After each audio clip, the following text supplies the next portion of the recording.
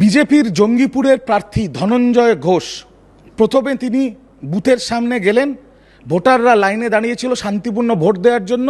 ভোটারদের সাথে ধাক্কাধাক্কি করলেন, একটা ভোটারের গায়ে হাত তুললেন, তারপর সিআরপিএফ সাথে নিয়ে গিয়ে ভোটারদের ধমকাচ্ছেন, চমকাচ্ছেন যাতে ভোট পর্ব নষ্ট করে দেয়া যায়। আর তারপর ধনঞ্জয় ঘোষ বলছে, প্রকাশ্যে বলছে যে আমি সিআরপিএফকে আর নির্বাচন কমিশনকে বলবো যদি দরকার পড়ে জায়গায় জায়গায় শীতলকুচি করার জন্য। আপনাদের মনে করিয়ে দিই, 2021 সালে এই শীতলকুচিতে সিআরপিএফ নিরীহ মানুষদের ওপর গুলি চালিয়ে 4 জন মানুষকে হত্যা করেছিল। আর বিজেপির প্রার্থী ধনঞ্জয় ঘোষ বুঝে গেছে জঙ্গিপুরের মানুষ এই নারী বিরোধী, বাংলা বিরোধী বিজেপিকে এবার বিসর্জন দেবে, তাই ওপেনলি জনসমক্ষে বলছে জায়গায় জায়গায় শীতলকুচি করতে হবে, সিআরপিএফকে উস্কানি দিচ্ছে।